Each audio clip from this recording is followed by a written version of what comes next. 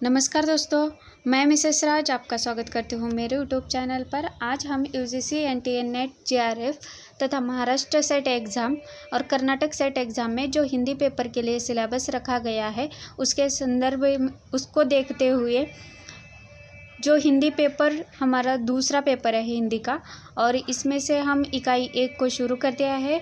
पहले वीडियो में जो पहला पार्ट है उसमें हमने हिंदी के ऐतिहासिक पृष्ठभूमि को देखा है दोस्तों, और आज इस वीडियो में भारतीय आर्य भाषाओं में जो पहली आर्य भाषा है प्राचीन भारतीय आर्य भाषा को उसे हम देख रहे हैं। और यह जो सारा मैं कंटेंट आपको प्रोवाइड कर रही हूँ वो अकॉर्डिंग टू न्यू सिलेबस है दोस्तों। ये दूसरा मेरा पार्ट है वीडियो का, और भारतीय आर्य भाषाओं का जो वर्गीकरण मैंने पिछले वीडियो में दिखाया है, तो आप अगर नहीं देखे हैं उस वीडियो को तो आप मेरे चैनल के प्लेलिस्ट में जाकर इस वीडियो को देख सकते हैं दोस्तों, ठीक है। और यहाँ पर देखिए दोस्तों, इस टॉपिक पर जो हमारे 5 प्रश्न बनते हैं एग्ज़ाम में 10 मार्क्स के लिए वो कंप्लीट हो जाएंगे दोस्तों।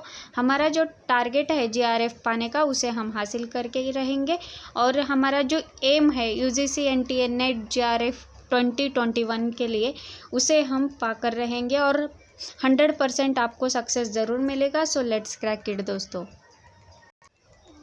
और मैं यहाँ पर मेरा टाइम टेबल मैंने मतलब सबके साथ शेयर कर दिया है दोस्तों। Monday to Friday morning paper 1 का 11 to 12 o'clock होता है सेशन, और सेकंड पेपर का जो सेशन होता है रात के 10 बजे से लेकर 12 बजे तक। फास्ट रिवीजन के तौर पर मैंने कंप्लीट टीचिंग एप्टीट्यूड को शुरू कर दिया है, अभी 1-2 दिन में ख़त्म हो जाएगा दोस्तों। और सैटरडे संडे के दिन प्रीवियस ईयर के क्वेश्चंस, मोस्ट एक्सपेक्टेड एमसीक्यूज और डाउट क्लियरिंग सेशन हो रहा है दोस्तों। अगर मेरे आप चैनल पर नए हैं तो प्लीज़ सब्सक्राइब करना मत भूलिएगा, शेयर भी करते रहेगा मेरे वीडियोज़ आपके दोस्तों के साथ। लाइक तो बनता है दोस्तों, अगर आप मेरा वीडियो शुरू से लेकर अंत तक ज़रूर देखेंगे तो आपको कंटेंट पूरा समझ में आएगा, और इतना अच्छा कंटेंट आपको किसी और चैनल में नहीं मिलेगा या किसी और बुक्स में नहीं मिलेगा, क्योंकि मैंने यह जो सारा कंटेंट आपके साथ शेयर कर रही हूँ, जो पार्ट शेयर कर रही हूँ, ये कौन से ही एक किताब से लेकर नहीं है। मैंने अपने खुद से सारे किताबों को पढ़कर नोट्स निकाल कर मैं आपको प्रोवाइड कर रही हूँ। तो मैं इतने मेहनत करके आपके सामने ये वीडियो प्रस्तुत कर रही हूँ, तो एक लाइक और सब्सक्राइब करना तो बनता ही है दोस्तों। प्लीज़ सब्सक्राइब करने के बाद प्रेस द बेल आइकन, क्योंकि मेरे वीडियो के नोटिफिकेशन आपको टाइम टू टाइम मिले। और टेलीग्राम पर क्विजेस स्टार्ट हो चुकी है दोस्तों, जो क्विजेस आपको सॉल्व करते करते आपको प्रैक्टिस हो जाएगी, क्योंकि जितने प्रश्न आप छुड़ाते रहेंगे उतनी ही सरलता और सटीकता और एक्यूरेसी आप में आ सकती है दोस्तों। और मेरे चैनल पर फ्री ऑफ कॉस्ट क्लासेस शुरू है दोस्तों, जो यूजीसी एनटीए की तरफ से रखी गई सिलेबस के अनुसार मैं सारे के सारे जो नोट्स बनाकर आपको जो वीडियो और जो कंटेंट है वो प्रोवाइड कर रही हूँ। यहाँ पर किसी भी प्रकार का आपको चार्ज नहीं देना है दोस्तों, सिर्फ आप मेरे वीडियो शुरू से लेकर अंत तक देखते रहिएगा और सब्सक्राइब करते रहिएगा, आपके दोस्तों के साथ शेयर भी करिएगा और लाइक तो कीजिएगा ही दोस्तों, ठीक है। और अगर मेरे वीडियो के जो भी पीडीएफ अगर आपको चाहिए तो आप मुझे कमेंट करके बता सकते हैं, या टेलीग्राम के चैनल पर फॉलो कर सकते हैं। टेलीग्राम का चैनल यही है दोस्तों, अगर आप टेलीग्राम ऐप पर जाकर इस चैनल को सर्च करेंगे तो आपके सामने मेरा जो टेलीग्राम का ये लोगो है तमसो मा ज्योतिर्गमय, ये लोगो आपको दिखाई देगा, तो आप वहाँ पर ज्वाइन हो सकते हैं दोस्तों। तो चलिए शुरू करते हैं आज का टॉपिक। भारतीय आर्य भाषाओं को लेकर मैं यहाँ पर टॉपिक लेकर आई हूँ जो एग्ज़ाम के दृष्टिकोण से बहुत ही महत्वपूर्ण है दोस्तों। अब यहाँ पर देखिए हिंदी भाषा का उद्भव और उसका विकास हमने पहले वीडियो में देखा है दोस्तों, और हिंदी के ऐतिहासिक पृष्ठभूमि को हमने वहाँ पर देखा है। अब हम आज इस वीडियो में भारतीय आर्य भाषाओं को लेकर चर्चा करेंगे।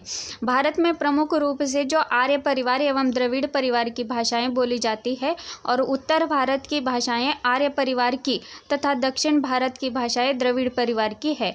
और उत्तर भारत की जो आर्य भाषाओं में संस्कृत सबसे प्राचीन मानी जाती है यह भाषा, जिसका प्राचीनतम रूप हमें ऋग्वेद में देखने को मिलता है और इसी की उत्तराधिकारिणी हिंदी को कह सकते हैं दोस्तों।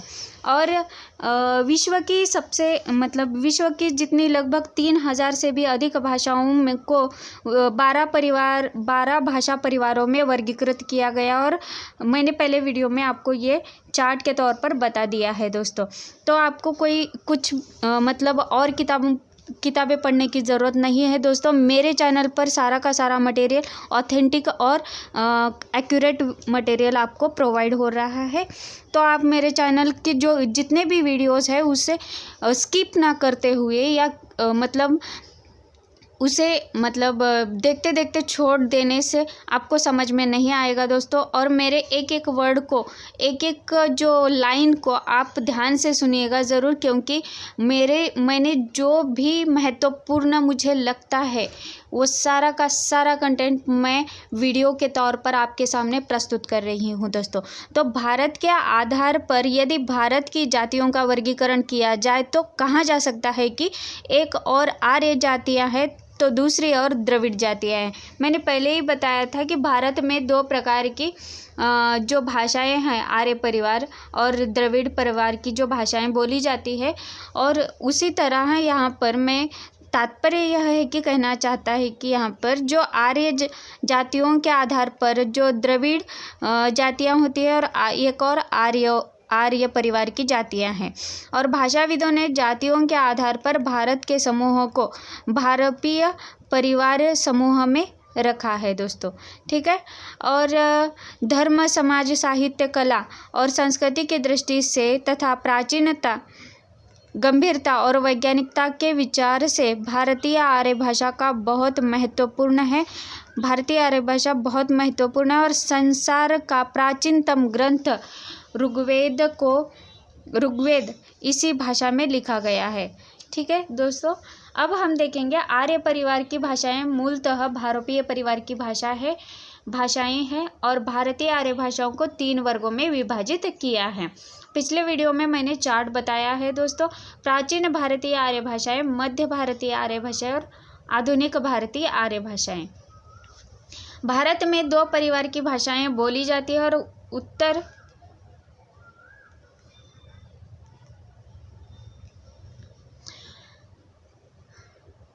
उत्तर भारत में भारतीय परिवार के अंतर्गत आने वाली आर्य भाषाएं और दक्षिण भारत में द्रविड़ परिवार के अंतर्गत आने वाली भाषाएं बोली जाती है। द्रविड़ भाषाएं तथा उनके कुछ नाम और क्षेत्र यहाँ पर मैं बता रही हूँ दोस्तों। तेलुगु आंध्र प्रदेश में बोली जाती है, तमिल तमिलनाडु में बोली जाती है, कन्नड़ कर्नाटक में, मलयालम केरल में बोली जाती है। इसी प्रकार दक्षिण भारत में जितनी भी भाषाएं बोली जाती है वो सारी की सारी भाषाएं द्रविड़ परिवार के अंतर्गत आती है। और यहाँ पर देखेंगे तो इसका जो विकास क्रम है सबसे महत्वपूर्ण पॉइंट है दोस्तों। परीक्षा में पूछा जा सकता है कि विकास क्रम आरोह क्रम से या अवरोह क्रम से लगाइएगा। तो यहाँ पर जो पहले वैदिक संस्कृत आता है, फिर बाद में लौकिक संस्कृत, पाली, प्राकृत, अपभ्रंश और हिंदी। यह इस हिंदी का जो विकास क्रम है हम यहाँ पर देख सकते हैं। ऋग्वेद संसार का प्राचीनतम ग्रंथ भारतीय आर्य भाषाओं में लिखा गया है और हिंदी से ठीक पहले की भाषा अपभ्रंश मानी जाती है। संस्कृत का प्राचीनतम काव्य ग्रंथ रामायण आदि कवि वाल्मीकि जी का द्वारा रचित रचना है और कात्यायन द्वारा रचित वर्तिकों की रचना प्रमाणित होती है। अब हम देखेंगे कि भारतीय आर्य भाषाओं में जो पहला भेद है प्राचीन भारतीय आर्य भाषा, उसे हम देखते हैं दोस्तों। प्राचीन भारत में संस्कृत भाषा का प्रयोग होता था और प्राचीन भारतीय आर्य भाषा को 2 भागों में विभाजित किया गया है। समझ में आया दोस्तों? क्योंकि प्राचीन भारतीय आर्य भाषा संस्कृत भाषा का प्रयोग होता था प्राचीन भारत में, और प्राचीन भारतीय आर्य भाषा को 2 भागों में वर्गीकृत किया गया है या विभाजित किया गया है या उसके भेद है। इसका विवरण निम्न रूप से हम देख सकते हैं। संस्कृत के 2 भेद माने जाते हैं, वैदिक संस्कृत और लौकिक संस्कृत। वैदिक संस्कृत का जो समय काल रहा है वो 1500 ईसा पूर्व से लेकर 800 ईसा पूर्व तक, और लौकिक संस्कृत का जो समय काल रहा है या समय सीमा रही है वो 800 ईसा पूर्व से लेकर 1500 ईसा पूर्व तक। और वैदिक संस्कृत 3500 वर्षों की पहले की भाषा मानी जाती है वैदिक संस्कृत, और इस वैदिक संस्कृत को बहुत सारे नाम दिए गए हैं दोस्तों। और देखिए यहाँ पर इसे वैदिकी, वैदिक, छंदस, वेद, उपनिषदों की भाषा भी इसे कहते हैं। प्राचीन भारतीय आर्य भाषा का प्राचीनतम स्वरूप वैदिक साहित्य में देखने को मिलता है और वैदिक संस्कृत को 3 भागों में विभक्त किया है। वो 3 भाग कौन से हैं? संहिता, ब्राह्मण, उपनिषद। अब हम संहिता को देखेंगे दोस्तों। संहिता इसके अंतर्गत 4 वेद आते हैं। ऋग्वेद, यजुर्वेद, शुक्ल और कृष्ण उसे कहते हैं यहाँ पर सामवेद और अथर्ववेद। ऋग्वेद यह संस्कृत का प्राचीनतम ग्रंथ है। इसमें यहाँ पर प्रश्न बन सकता है दोस्तों, अगर आप यहाँ पर ध्यानपूर्वक देखेंगे तो संस्कृत का प्राचीनतम ग्रंथ कौन सा है? तो ऋग्वेद। और इसमें कितने मंडल है? तो 10 मंडल है। इसमें सूक्तियाँ कितनी है? 1028 सूक्तियाँ हैं। और इसमें कितनी ऋचाएँ हैं? तो 10,580 ऋचाएँ हैं। और इसमें देवताओं की स्तुतियों के श्लोक देखने को मिलते हैं। दूसरा है यजुर्वेद। यजुर्वेद यह कृष्ण एवं शुक्ल इन दोनों रूपों में संरक्षित या सुरक्षित है और इसमें मंत्र तथा गद्यात्मक भागों को संकलित किया है। यजुर्वेद संहिता में मंत्रों का संग्रह देखने को मिलता है दोस्तों। तो पहले ऋग्वेद में देवताओं की स्तुतियों के श्लोक देखने को मिलते हैं और दूसरे में जो यजुर्वेद यह ग्रंथ है इसमें संहिताओं में मंत्रों का संग्रह यहाँ पर देखने को मिलता है। अब हम नेक्स्ट देखेंगे दोस्तों सामवेद यह सोम यज्ञ में वीणा के साथ गाए जाने वाले सूक्तों को गेय पदों का संग्रह है और इसमें संगीत के संदर्भ में बातों का उल्लेख देखने को मिलता है। यहाँ पर एक ट्रिक यूज़ कर सकती है संगीत और साम। यहाँ पर अगर एग्जाम में पूछा गया तो सामवेद में मतलब किन बातों का उल्लेख है या कौन सी बातें हैं, तो यहाँ पर संगीत के संदर्भ में बताई हुई बातें हैं या वीणा के साथ गाए जाने वाले सूक्तों को गेय पदों का संग्रह इसमें किया गया है। तो ऐसा प्रश्न यहाँ पर बन सकता है दोस्तों।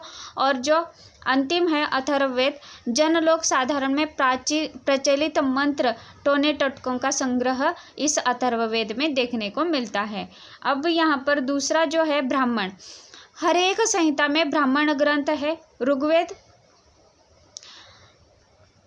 यहाँ पर वेद है, ठीक है दोस्तों, यहाँ पर देखिए वेद है और यहाँ पर ब्राह्मण ग्रंथ है। ऋग्वेद में ऐतरेय ब्राह्मण है, ऋग्वेद ऐतरेय ब्राह्मण, शुक्ल यजुर्वेद शतपथ ब्राह्मण, कृष्ण यजुर्वेद तैत्तिरीय ब्राह्मण, सामवेद में तांडव तथा पंचाविश ब्राह्मण, अथर्ववेद गोपथ ब्राह्मण है। उपनिषद देखेंगे अब। यह ब्राह्मण ग्रंथों का अंतिम भाग है और उपनिषदों की संख्या 108 मानी जाती है। यहाँ पर प्रश्न बन सकता है दोस्तों, ठीक है। यह ब्राह्मण ग्रंथों का अंतिम भाग माना जाता है और उपनिषदों की जो संख्या है वो 108 है और 12 उपनिषद मुख्य है। ईश, केन, कठ, प्रश्न, ऐतरेय, छांदोग्य, बृहदारण्यक, तैत्तिरीय, मुंडक, मांडुक्य, श्वेताश्वेतर और तथा कौशितकी आदि ये जो 12 उपनिषद है वो प्रमुख उपनिषद माने जाते हैं। और वैदिक ध्वनियों की संख्या 52 है।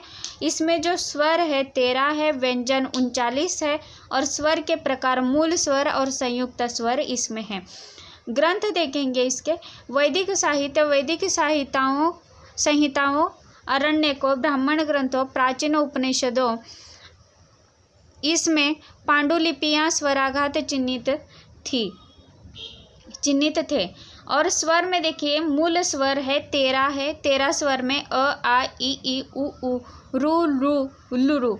और संयुक्त स्वर में ए, ऐ, ओ, औ। और व्यंजन है यहाँ पर देखिए, व्यंजन 39 है और क, ख, ग, घ, ज्ञ, च, छ, ज, झ, ञ, ट, ठ, ड, ढ, न, ळ, ल्ह, त, थ, द, ध, ध, न, प, फ, ब, म, य, र, ल, व और श, स, ह। ये 39 व्यंजन है। और यहाँ पर इसमें अनुस्वार है, विसर्ग है, जीवामूल्य, जो है क ख और ऊष्म ध्वनियाँ है प फ। स्वराघात महत्वपूर्ण था इसमें लिंग 3 थे, स्त्रीलिंग, पुल्लिंग, नपुंसकलिंग। वचन 3 है, एक वचन, द्विवचन, बहुवचन। और इसमें विभक्ति कारक 8 माने जाते हैं। और धातु के जो रूप है 3 है, आत्मनेपदे, परस्मैपदे और उभयपदी। क्रिया रूप जो है 3 वचन और पुरुष 3 है, एक वचन, बहुवचन और अनेक वचन। समास 4 माने जाते हैं, तत्पुरुष, कर्मधारय, बहुव्रीहि, द्वंद्व समास। और महाप्राण व्यंजन ध्वनियाँ संभवतः ह ध्वनि में परिवर्तित हो गई है दोस्तों। वैदिक काल में वैदिक संस्कृत की 3 क्षेत्रीय बोलियां प्रचलित थी। इसमें पश्चिमोत्तरी, मध्यवर्ती एवं पूर्वी, यहाँ पर 3 क्षेत्रीय बोलियां इस समय प्रचलित थी। ऋग्वेद में पश्चिमोत्तरी बोली का प्रयोग हुआ है। इस पर 100% प्रश्न बन सकता है कि ऋग्वेद में किस बोली का प्रयोग हुआ है, तो पश्चिमोत्तरी बोली का प्रयोग हुआ है। टर्नर का मत है, यहाँ पर देखिए दोस्तों, टर्नर जी कहते हैं कि वैदिक संस्कृत में दोनों प्रकार का स्वराघात संगीतात्मक एवं बलात्मक उपलब्ध था और मूल भारोपीय भाषा में निश्चित रूप से स्वराघात 2 प्रकार का था, बलाघात एवं संगीतात्मक। वैदिक संस्कृत को इसी परंपरा से संगीतात्मक स्वराघात प्राप्त हुआ, जो अनुदात्त, उदात्त एवं स्वरित 3 प्रकार का था। ठीक है दोस्तों, समझ में आया यह पाठ। भोलानाथ तिवारी जी ने भी यहाँ पर मत दिया है, तो इनके अनुसार तत्कालीन बोलचाल की भाषा संभवतः वैदिक संस्कृत के निकट रही होगी। और यद्यपि इसका आशय यह नहीं है कि इसमें बोलचाल की भाषा के सभी रूप सुरक्षित है। इनका कहना है कि जो तत्कालीन बोलचाल की भाषा रही है वैदिक संस्कृत, यहाँ पर जो भाषा है उसके निकट रही होगी। और इसका आशय यह नहीं है कि इसमें जो बोलचाल की भाषा के सभी रूप सुरक्षित है। और वैदिक काल में पश्चिमोत्तरी का क्षेत्र अफगानिस्तान, पंजाब तक रहा है। और मध्यवर्ती का जो क्षेत्र है पंजाब से लेकर पश्चिम उत्तर प्रदेश, और पूर्वी का जो क्षेत्र है उत्तर प्रदेश का पूर्वी भाग यानी बिहार तक रहा है। अब हम देखेंगे लौकिक संस्कृत। लौकिक संस्कृत का जो समय रहा है उसे हमने देखा है दोस्तों, 1000 ईसा पूर्व से लेकर 500 ईसा पूर्व तक, और कुछ किताबों में 800 ईसा पूर्व से लेकर 500 ईसा पूर्व तक भी बताया गया है दोस्तों। अब हम देखेंगे इसमें लौकिक संस्कृत में जो बहुत ही महत्वपूर्ण है लौकिक संस्कृत में, लौकिक संस्कृत प्राचीन भारतीय आर्य भाषाओं की है और यह लोगों द्वारा बोली जाने वाली भाषा है। प्राचीन भारतीय आर्य भाषा काल की दूसरी प्रमुख भाषा मानी जाती है। यह प्राचीन भारतीय आर्य भाषा काल की दूसरी प्रमुख भाषा, तो पहली प्रमुख भाषा वैदिक संस्कृत है। और संस्कृत का अर्थ जिसका संस्कार या परिमार्जन किया गया है, यानी परिवर्तन किया है या उस पर संस्कार किया गया है। लौकिक संस्कृत मूल आधार पश्चिमोत्तरी बोली यह प्रामाणिक भाषा मानी जाती थी और लौकिक संस्कृत साहित्यिक भाषा रही है और इसमें ग्रंथ साहित्य बहुत सारे लिखे गए हैं दोस्तों। और यहाँ पर देखिए लौकिक संस्कृत का जो अष्टाध्यायी रचना पाणिनि के द्वारा रचित ग्रंथ है, तो इसी की वजह से पाणिनि जी ने लौकिक संस्कृत में ही अष्टाध्यायी ग्रंथ की रचना की है। इसका अर्थ यह हो सकता है कि लौकिक संस्कृत का परिष्कार एवं परिमार्जन एवं संस्कार किया गया है। यह एक अष्टाध्यायी एक व्याकरण ग्रंथ है और इस पर प्रश्न 100% आता है। पाणिनि जी की व्याकरण पर आधारित कौन सी रचना है, तो अष्टाध्यायी दोस्तों। लौकिक संस्कृत की कुल ध्वनियाँ 48 है और 4 ध्वनियों का लोप हो गया है जो वैदिक संस्कृत में थी। अष्टाध्यायी व्याकरणबद्ध ग्रंथ है और लौकिक संस्कृत के ग्रंथ रामायण, वाल्मीकि, महाभारत, रघुवंश और उत्तर रामचरित्र है। लौकिक संस्कृत का प्रयोग काव्य ग्रंथ और नाटकों में किया गया है दोस्तों। मतलब लौकिक जैसे वैदिक संस्कृत का कहीं पर भी प्रयोग नाटक या काव्य ग्रंथों में नहीं दिखाई देता, परंतु वैदिक संस्कृत का नहीं दिखाई देता, परंतु लौकिक संस्कृत का प्रयोग काव्य ग्रंथ और नाटकों में हुआ है। लौकिक में बहुत सारे समासों का विकास भी हुआ है और इसकी भाषा योगात्मक थी और शब्दों में धातु रूप सुरक्षित थे और इसमें संगीतात्मकता थी, बलात्मक नहीं। और 4 ध्वनियों का यहाँ पर लोप हो गया है, उसमें ळ, ढ और जिह्वामूलीय ऊष्म ध्वनियाँ आते हैं। अब हम देखेंगे कि वैदिक संस्कृत और लौकिक संस्कृत में अंतर क्या है। अब यहाँ पर डिस्टिंग्विश बिटवीन जो है, यहाँ पर जो डिफरेंस बताया है, और इस डिफरेंस के तौर पर हम और भी अधिक से लौकिक संस्कृत और वैदिक संस्कृत को समझेंगे दोस्तों। यहाँ पर देखिए, वैदिक संस्कृत का मानकीकरण नहीं हुआ है, परंतु लौकिक संस्कृत का मानकीकरण हुआ है। इस पर प्रश्न बन सकता है कि वैदिक संस्कृत का मानकीकरण हुआ है या नहीं, या लौकिक संस्कृत का मानकीकरण हुआ है या नहीं। और पाणिनि ने इसे व्याकरणबद्ध किया है अष्टाध्यायी रचना के रूप में। वैदिक संस्कृत के मानकीकरण के अभाव में बहुरूपता, अनेक रूपता और जटिलताएं या कठिनताएं हमें देखने को मिलती है।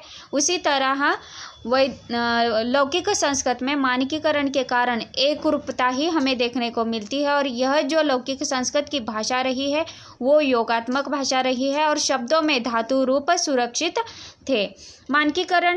वैदिक में मानकीकरण न होने से वैदिक संस्कृत में अपवादों की बहुलता देखने को मिलती है, परंतु लौकिक संस्कृत में मानकीकरण के कारण अपवाद बहुत कम दिखाई देते हैं। और यहाँ पर देखिए, जो चौथा पॉइंट है इसमें का वैदिक संस्कृत और लौकिक संस्कृत के दोनों पॉइंट को देखेंगे दोस्तों।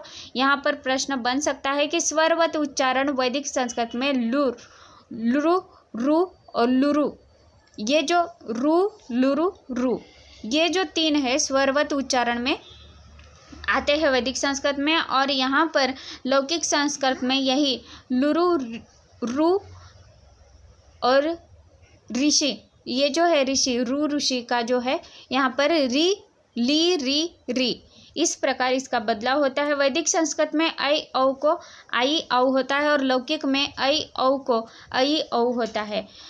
वैदिक संस्कृत में ए औ को ऐ औ होता है और लौकिक संस्कृत में ए औ को ए औ ही रखा गया है। और यहाँ पर वैदिक संस्कृत में ल, ढ लुप्त हो चुके हैं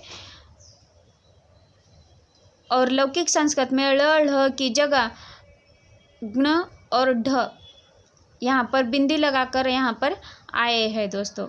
और यहाँ पर देखिए, वैदिक संस्कृत में त वर्ग जो ल स दंत मूल्य है, यही पर लौकिक संस्कृत में ल वर्ग ल स दंत है।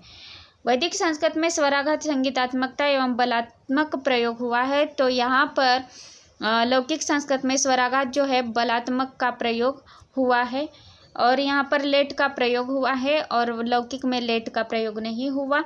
वैदिक संस्कृत कृत्रिम नहीं थी परंतु लौकिक संस्कृत कृत्रिम थी। और यहाँ पर जो समास है, समास के संदर्भ में हम थोड़ा सा देखेंगे दोस्तों। वैदिक संस्कृत में 4 समास थे। उन समासों में तत्पुरुष, द्वंद्व, कर्मधारय और बहुव्रीहि। लौकिक संस्कृत में 6 समास रहे हैं, तत्पुरुष, द्वंद्व, कर्मधारय, बहुव्रीहि, और जो जोड़े गए हैं द्विगु और अव्ययी भाव समास। तो इस पर प्रश्न बन सकता है कि लौकिक संस्कृत में कितने समास है, वैदिक संस्कृत में कितने समास माने जाते हैं। तो वैदिक संस्कृत में 4 समास है और लौकिक संस्कृत में 6 समास है।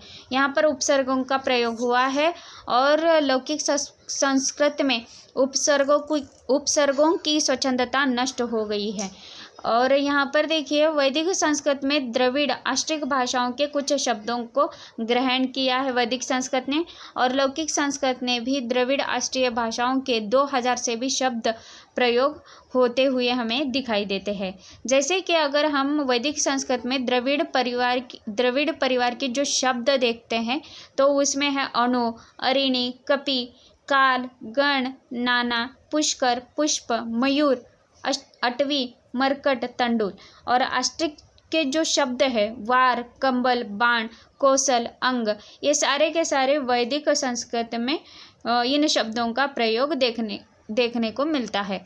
अब लौकिक संस्कृत में यूनानी शब्द है यवन, यवनिका, द्रम्स, त्रिकोण, सुरंग, कोमल, कंगु, और रोमानी जो शब्द है दिनार। अरबी शब्द भी प्रयोग हुआ है इस भाषा में रमल, और ईरानी जो शब्द है हिंदी, ताजिक, मिहिर और बादाम। तो इस प्रकार दोस्तों लौकिक संस्कृत में इन सारे शब्दों का प्रयोग हुआ है। तो यहाँ पर क्वेश्चन बनता है कि यह यवन शब्द किस भाषा का है, या दिनार शब्द किस भाषा का शब्द है, अरबी शब्द इसमें से कौन सा है, रमल, हिंदू, ताजिक, मिहिर, बादाम। इस प्रकार अगर प्रश्न पूछे जाएंगे तो आपको प्रश्नों का उत्तर देना आना चाहिए दोस्तों। अब हम इसमें, और तात्पर्य यह है कि दोस्तों यहाँ पर वैदिक संस्कृत और लौकिक संस्कृत के जो भी मूल महत्वपूर्ण जो पॉइंट है अभी तक आपको कहीं पर भी नहीं देखने को मिले होंगे या किसी किताब में भी नहीं मिले होंगे, परंतु आप मेरा वीडियो शुरू से लेकर अंत तक ज़रूर देखिएगा, क्योंकि हर एक पॉइंट को मैंने कवर कर दिया है। और यहाँ पर जितने भी प्रश्न इस टॉपिक पर बन सकते हैं वो सारे के सारे आपको क्लियर हो जाएंगे दोस्तों। तो थैंक यू दोस्तों मेरे वीडियो को वॉच करने के लिए। और मेरा जो चैनल है education with me learn and crack exam, thank you so much for watching my video. और जो कोई स्टूडेंट नया है तो आप मेरे चैनल को सब्सक्राइब कीजिएगा, मेरे वीडियोस को शेयर करते रहिएगा, लाइक भी बनता है दोस्तों, ठीक है। आपके लाइक से ही मुझे मोटिवेशन मिलता है। Press bell icon because of मेरे वीडियोस के नोटिफिकेशन आपको टाइम टू टाइम मिले। टेलीग्राम पर मैंने क्विज़ स्टार्ट कर दिया है और मेरे जो वीडियो के PDF है वो भी आपको वहाँ पर उपलब्ध हो जाएंगे। और कमेंट करते रहिएगा, हाँ सक्सेस 100% मिलेगा दोस्तों। अगर आप होप्स रखेंगे तो 100% मिलेगा। और जो सही तरीके से अगर आप पढ़ाई करते जाएंगे तो आपके जो 100% मतलब जो चांसेस है सक्सेस बनने के वो आपको दिखाई देंगे। और it's exam time, here's a big good luck wish to you दोस्तों। और मैं एक कहना चाहती हूँ, जो अंतिम भाग है, किसी ट्रिक के पीछे भागने से पहले, ठीक है, ट्रिक के पीछे भागने से पहले आपका जो कंटेंट है, जो आपके कंसेप्ट है स्टडी के रिलेटेड या सिलेबस के रिलेटेड, उसे क्लियर करने की कोशिश कीजिएगा। अगर आपके ज़्यादा से ज़्यादा कंसेप्ट क्लियर रहेंगे तो आपके एग्ज़ाम में आपको किसी भी तरह घुमा फिरा कर अगर क्वेश्चन पूछा जाएगा तो आप उन प्रश्नों के उत्तर दे सकोगे। किसी ट्रिक तो इम्पोर्टेंट है ही, लेकिन वो एक अंतिम है कि आपको अगर प्रश्न का उत्तर समझ में ही नहीं आया तब आप ट्रिक्स का यूज़ कर सकते हो या तुक्के मारने का यूज़ कर सकते हो। लेकिन आपके अगर कंसेप्ट क्लियर रहेंगे तो आपको भविष्य में भी उसका उपयोग हो सकता है। अगर आप असिस्टेंट प्रोफेसर बनना चाहते हैं, आप स्टूडेंट को पढ़ाना चाहते हैं, तो आपको सारे के सारे जो कंसेप्ट है वो क्लियर होने चाहिए, तभी आप किसी स्टूडेंट को अच्छे से पढ़ा सकते हैं, उसे काबिल बना सकते हैं और उसके जो भी प्रश्न होते हैं उसका समाधान आप सही तरीके से और सहजता से आप उसे क्लियर कर सकते हैं या उन्हें समझा सकते हैं और उनके प्रश्नों को समाधान कर सकते हैं। तब तक के लिए दोस्तों धन्यवाद। और आने वाले वीडियोस में जो बचा हुआ पार्ट है हम उन सारे बचे हुए पार्ट्स को देखते जाएंगे। और आशा करती हूँ कि आप सुरक्षित रहिए, घर पे बैठकर पढ़ाई करते जाइएगा। कोविड की वजह से थोड़ा सा मतलब प्रॉब्लम शुरू है, यह भी टाइम निकल जाएगा। और पढ़ाई में आनाकानी मत कीजिएगा दोस्तों। अगर सक्सेस पाना है तो आपको पढ़ाई करना ज़रूरी है। तो टाटा बाय बाय दोस्तों।